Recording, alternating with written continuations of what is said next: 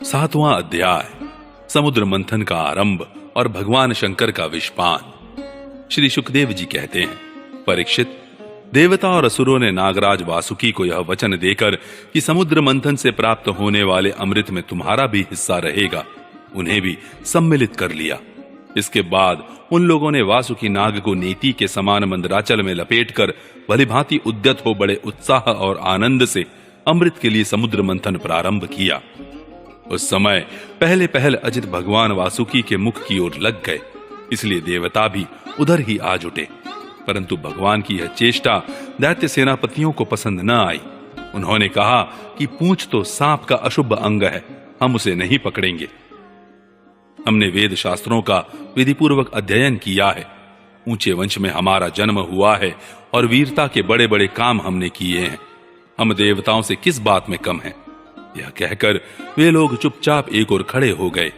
उनकी यह मनोवृत्ति देखकर भगवान ने मुस्कुराकर वासुकी का मुंह छोड़ दिया और देवताओं के साथ उन्होंने पूंछ पकड़ ली। इस प्रकार अपना अपना स्थान निश्चित करके देवता और असुर अमृत प्राप्ति के लिए पूरी तैयारी से समुद्र मंथन करने लगे। परीक्षित, जब समुद्र मंथन होने लगा तब बड़े बड़े बलवान देवता और असुरों के पकड़े रहने पर भी अपने भार की अधिकता और नीचे कोई आधार न होने के कारण मंदराचल समुद्र में डूबने लगा।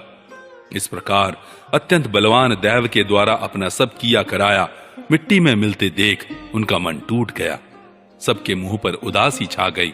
उस समय भगवान ने देखा कि यह तो विघ्नराज की करतूत है, इसलिए उन्होंने उसके निवारण का उपाय सोचकर अत्यंत विशाल एवं विचित्र कच्छप का रूप धारण किया और समुद्र के जल में प्रवेश करके मंदराचल को ऊपर उठा दिया। भगवान की शक्ति अनंत है, वे सत्य संकल्प है, उनके लिए यह कौन सी बड़ी बात थी।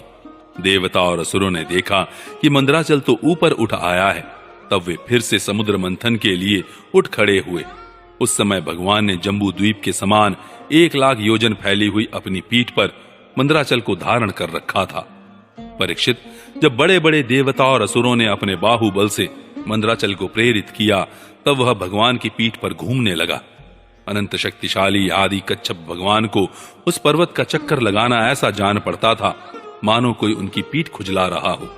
साथ ही समुद्र मंथन संपन्न करने के लिए भगवान ने असुरों में उनकी शक्ति और बल को बढ़ाते हुए असुर रूप से प्रवेश किया। वैसे ही उन्होंने देवताओं को उत्साहित करते हुए उनमें देव रूप से प्रवेश किया और वासुकी नाग में निद्रा के रूप से।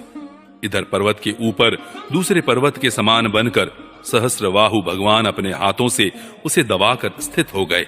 उस समय आकाश में ब्रह्मा, शंकर, इंद्र आदि उनकी स्तुति और उनके ऊपर पुष्पों की वर्षा करने लगे। इस प्रकार भगवान ने पर्वत के ऊपर उसको दबा रखने वाले के रूप में, नीचे उसके आधार कच्छप के रूप में, देवता और असुरों के शरीर में उनकी शक्ति के रूप में, पर्वत में दृढ़ता के रूप में और नेति बने हुए वासुकी नाग में निद्रा के रूप में, जिससे उसे कष्ट न हो, प्रवेश करके सब ओर से सबको शक्ति संपन्न कर दिया। अब वे अपने बल के मद से उन्मत्त होकर मंदराचल के द्वारा बड़े वेग से समुद्र मंथन करने लगे। उस समय समुद्र और उसमें रहने वाले मगर, मछली आदि जीव क्षुब्ध हो गए। नागराज वासुकी के हजारों कठोर नेत्र, मुख और श्वासों से विष की आग निकलने लगी। उनके धुएं से पौलोम, कालेय, बलि, इलवल आदि असुर निस्तेज हो गए। उस समय वे ऐसे जान पड़ते थे मानो दावानल से झुलसे हुए साखू के पेड़ खड़े हों। देवता भी उससे न बच सके। वासुकी के श्वास की लपटों से उनका भी तेज फीका पड़ गया। वस्त्र, माला, कवच एवं मुख धूमिल हो गए। उनकी यह दशा देखकर भगवान की प्रेरणा से बादल देवताओं के ऊपर वर्षा करने लगे एवं वायु समुद्र की तरंगों का स्पर्श करके शीतलता और सुगंधि का संचार करने लगी। इस प्रकार देवता और असुरों के समुद्र मंथन करने पर भी जब अमृत न निकला, तब स्वयं अजित भगवान समुद्र मंथन करने लगे।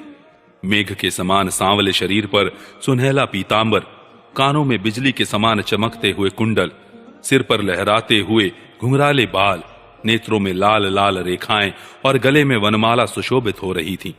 संपूर्ण जगत को अभयदान करने वाले अपने विश्व विजयी भुजदंडों से वासुकी नाग को पकड़कर तथा कूर्म रूप से पर्वत को धारण कर जब भगवान मंदराचल की मथानी से समुद्र मंथन करने लगे, उस समय वे दूसरे पर्वतराज के समान बड़े ही सुंदर लग रहे थे। जब अजित भगवान ने इस प्रकार समुद्र मंथन किया तब समुद्र में बड़ी खलबली मच गई।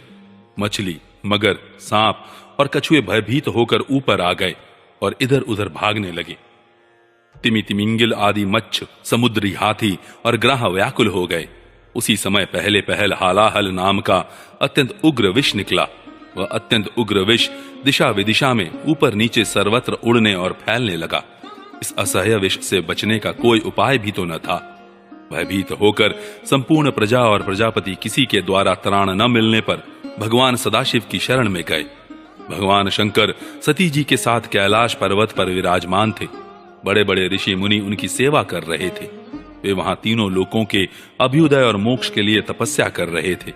प्रजापतियों ने उनका दर्शन करके उनकी स्तुति करते हुए उन्हें प्रणाम किया। प्रजापतियों ने भगवान शंकर की स्तुति की। देवताओं के आराध्य देव महादेव, आप समस्त प्राणियों के आत्मा और उनके जीवन दाता हैं। हम लोग आपकी शरण में आए हैं। त्रिलोकी को भस्म करने वाले इस उग्र विष से आप हमारी रक्षा कीजिए। सारे जगत को बांधने और मुक्त करने में एकमात्र आप ही समर्थ हैं। इसलिए विवेकी पुरुष आपकी ही आराधना करते हैं, क्योंकि आप शरणागत की पीड़ा नष्ट करने वाले एवं जगत गुरु हैं। प्रभु, अपनी गुणमय शक्ति से इस जगत की सृष्टि, स्थिति और प्रलय करने के लिए आप अनंत एक रस होने पर भी ब्रह्मा, विष्णु, शिव आदि नाम धारण कर लेते हैं। आप स्वयं प्रकाश हैं। इसका कारण यह है कि आप परम रहस्यमय ब्रह्म तत्व हैं। जितने भी देवता, मनुष्य, पशु, पक्षी आदि सत अथवा असत चराचर प्राणी हैं, उनको जीवन दान देने वाले आप ही हैं। आपके अतिरिक्त सृष्टि भी और कुछ नहीं है, क्योंकि आप आत्मा हैं। अनेक शक्तियों के द्वारा आप ही जगत रूप में भी प्रतीत हो रहे हैं, क्योंकि आप ईश्वर हैं, सर्वसमर्थ हैं। समस्त वेद आपसे ही प्रकट हुए हैं, इसलिए आप समस्त ज्ञानों के मूल स्रोत, स्वतः सिद्ध ज्ञान हैं। आप ही जगत के आदि कारण, महत्त्व और त्रिविध अहंकार हैं, एवं आप ही प्राण, इंद्रिय, पंच महाभूत तथा शब्दादि विषयों के भिन्न भिन्न स्वभाव और उनके मूल कारण हैं। आप स्वयं ही प्राणियों की वृद्धि और ह्रास करने वाले काल हैं। उनका कल्याण करने वाले यज्ञ हैं एवं सत्य और मधुर वाणी हैं। धर्म भी आपका ही स्वरूप है। आप ही अ, उ, म इन तीनों अक्षरों से युक्त प्रणव है अथवा त्रिगुणात्मिका प्रकृति है, ऐसा वेदवादी महात्मा कहते हैं। सर्वदेव स्वरूप अग्नि आपका मुख है। तीनों लोकों के अभ्युदय करने वाले शंकर, यह पृथ्वी आपका चरण कमल है। आप अखिल देव स्वरूप हैं। यह काल आपकी गति है, दिशाएं कान है और वरुण रसनेन्द्रिय हैं। आकाश नाभि है, वायु श्वास है, सूर्य नेत्र हैं और जल वीर्य है। आपका अहंकार नीचे ऊंचे सभी जीवों का आश्रय है। चंद्रमा मन है और प्रभु स्वर्ग आपका सिर है। वेद स्वरूप भगवान, समुद्र आपकी कोख है, पर्वत हड्डियां हैं, सब प्रकार की औषधियां और घास आपके रोम है। गायत्री आदि छंद आपकी सातों धातुएं हैं और सभी प्रकार के धर्म आपके हृदय हैं। स्वामिन, सद्योजात आदि 5 उपनिषद ही आपके तत्पुरुष अघोर, सद्योजात, वामदेव और ईशान नामक 5 मुख हैं। उन्हीं के पदच्छेद से 38 कलात्मक मंत्र निकले हैं। आप जब समस्त प्रपंच से उपरत होकर अपने स्वरूप में स्थित हो जाते हैं, तब उसी स्थिति का नाम होता है शिव। वास्तव में वही स्वयं प्रकाश परमार्थ तत्व है। अधर्म की दंभ, लोभ आदि तरंगों में आपकी छाया है, जिनसे विविध प्रकार की सृष्टि होती है। वे सत्व, रज और तम आपके 3 नेत्र हैं। प्रभु, गायत्री आदि छंद रूप सनातन वेद ही आपका विचार है, क्योंकि आप ही सांख्य आदि समस्त शास्त्रों के रूप में स्थित हैं और उनके कर्ता भी हैं। भगवान, आपका परम ज्योतिर्मय स्वरूप स्वयं ब्रह्म है। उसमें न तो रजोगुण, तमोगुण एवं सत्वगुण है और न किसी प्रकार का भेदभाव ही। आपके उस स्वरूप को सारे लोकपाल, यहां तक कि ब्रह्मा, विष्णु और देवराज इंद्र भी नहीं जान सकते। आपने कामदेव, दक्ष के यज्ञ, त्रिपुरासुर और कालकूट विष और उनके जीवद्रोही असुरों को नष्ट कर दिया है, परंतु यह कहने से आपकी कोई स्तुति नहीं होती, क्योंकि प्रलय के समय आपका बनाया हुआ यह विश्व आपके ही नेत्र से निकली हुई आग की चिंगारी एवं लपट से जलकर भस्म हो जाता है, और आप इस प्रकार ध्यानमग्न रहते हैं कि आपको इसका पता ही नहीं चलता। जीवन मुक्त आत्माराम पुरुष अपने हृदय में आपके युगल चरणों का ध्यान करते रहते हैं, तथा आप स्वयं भी निरंतर ज्ञान और तपस्या में ही लीन रहते हैं। फिर भी सती के साथ रहते देखकर जो आपको आसक्त एवं शमशानवासी होने के कारण उग्र अथवा निष्ठुर बतलाते हैं, वे मूर्ख आपकी लीलाओं का रहस्य भला क्या जाने। उनका वैसा कहना निर्लज्जता से भरा है। इस कार्य और कारण रूप जगत से परे माया है और माया से भी अत्यंत परे आप हैं।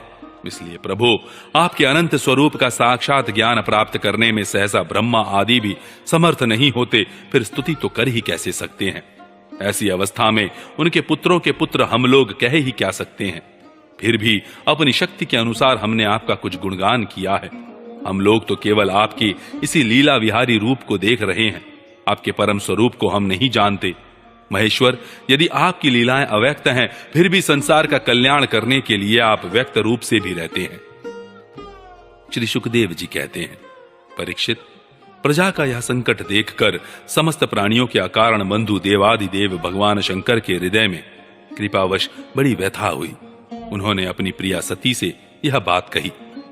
शिव जी ने कहा, देवी, यह बड़े खेद की बात है। देखो तो सही, समुद्र मंथन से निकले हुए कालकूट विष के कारण प्रजा पर कितना बड़ा दुख आ पड़ा है। ये बेचारे किसी प्रकार अपने प्राणों की रक्षा करना चाहते हैं। इस समय मेरा यह कर्तव्य है कि मैं इन्हें निर्भय कर दूं।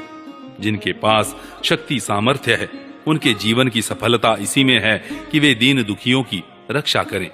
सज्जन पुरुष अपने क्षण भंगुर प्राणों की बलि देकर भी दूसरे प्राणियों के प्राण की रक्षा करते हैं।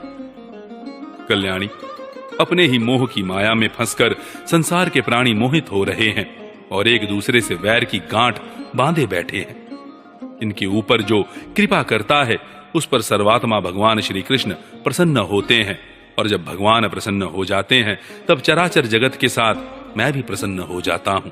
इसलिए अभी अभी मैं इस विष को भक्षण करता हूं, जिससे मेरी प्रजा का कल्याण हो।